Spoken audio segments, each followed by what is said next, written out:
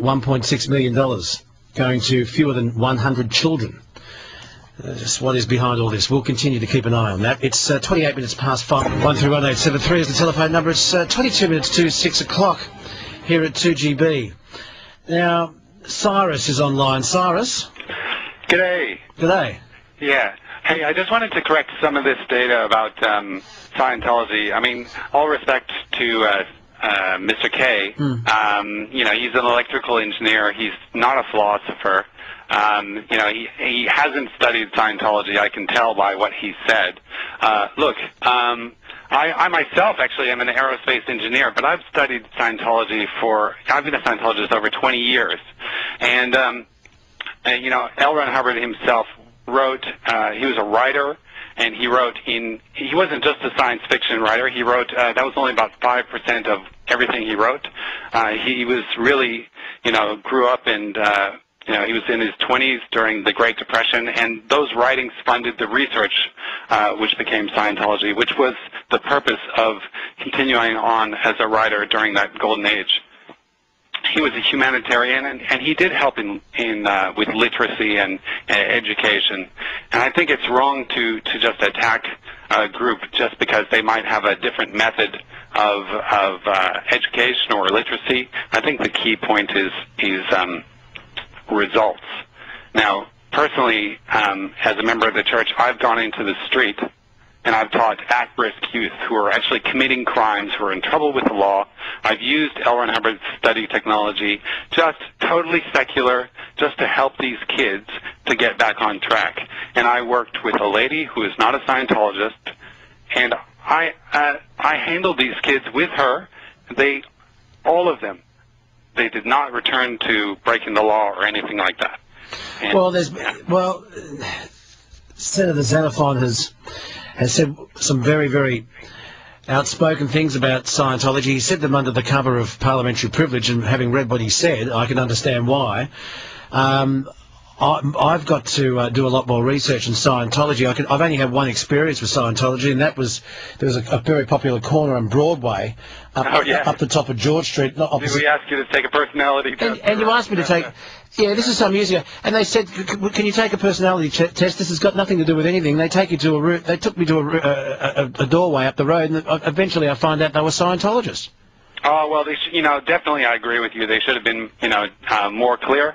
And the old personality test up there at Broadway. Yeah, that's right. I mean, you know, things like that. That's just an introduction to, you know, why don't they come up and say, hi, we're Scientologists, and we'd like to take you up this alleyway here and have a talk? Well, you know, I've noticed them now. They actually wear badges, and it says. Well, they didn't then, and that was nothing. If they didn't wear it then I agree with you. Well, that was nothing less than deceptive. Yeah. Correct. Yeah. But look, the main thing is, like you said, you know, it's like you know, we have to find out for oneself what is the truth of Scientology, and also what is the truth of these allegations. I mean, I think it was disingenuous of him to put these things forward and ask for an inquiry, you know, prior to even giving them to the police. In other words, and he said it in Parliament. He said, we're guilty first, then he gave it to the police to prove it. I mean, that's totally backwards. All right, but Cyrus, just stay there. I think, how long have I given? Just looking here, you've had 6 minutes and 55. Can you hang on? No, because Heather is online, who's rung in. Heather, are you there? I'm there. Heather, you told my producers you're a lawyer who's been researching Scientology for quite some time. That's right, for the last 2 years. I've had no personal experience other than exactly what you've had, actually, Luke. I had the same experience. The personality test. Yeah, and Cyrus knew exactly what I was saying when I mentioned Broadway, and I think he agrees with me. It was nothing less than deceptive. But what are your findings, Heather? Well, look, specifically about the study technology. This is the situation. L. Ron Hubbard wrote this study technology as part of his religious writing. Okay, so that's what the word study technology refer to. Applied Scholastics is a corporation, or actually a set of corporations, that have been created by the Church of Scientology to disseminate study technology under the guise of it being a secular educational tool or process. But I have in front of me on screen a document called the Command Channels of Scientology, and it says, amongst other things, about applied scholastics, the salvation of this planet and its future generations depend in no small measure on the education reform groups, such as applied scholastics, and on it goes. They are about reforming education. It's not just about teaching Scientology children Scientology. So my concern is stop pretending, as Vicky Dunstan did today in The Age, I think it was, that Athena School and the others promoting applied scholastics are secular. This is about the Scientology religion. And if they were just open about that, we would treat them as all the other religions. I believe in 1983, in a unanimous decision, the High Court of Australia recognised Scientology as a religion in Australia.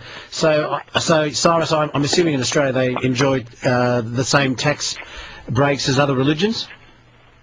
Yes, that's correct. Can I just ask you, Cyrus, do members who believe in Scientology, do they deny children access to doctors and medical treatment? Absolutely not. I mean, we have a sign in every church that's required in every church, and it's been there for about 50 years, that says if you come here for physical treatment or if you have a physical illness and you're looking for help, you need to see a medical professional. And that's actually a sign required in every church for the last 50 years. All right, look, we haven't got enough time left here tonight to get to the bottom of Scientology. It's obviously going to take us a long time, and I don't want to be unfair or appear to be unbalanced. So, Cyrus, can I hang on to you and put you back to Kim, and we'll get your details, and we'll do this in more detail on another day? Yeah. Okay, stay right there. Don't go away. Heather, is there anything you'd like to say in wrapping up? Look, it's not about attacking Scientology. Because you're getting very technical. I know that some Scientologists are feeling as if people are out to get them, and personally I'm not at all. I want them to have the freedom to believe what they want to believe, but they need to be honest with the rest of the community. That's what I'd like to see. We'll hang on to you too, Heather. Can you stay there? Sure. All right, well, we might have this debate on another day, but time is certainly getting away on us with all the drama in Macquarie Street, and still more drama to come. Ross Greenwood will stay right on top of this Nathan Rees challenge as the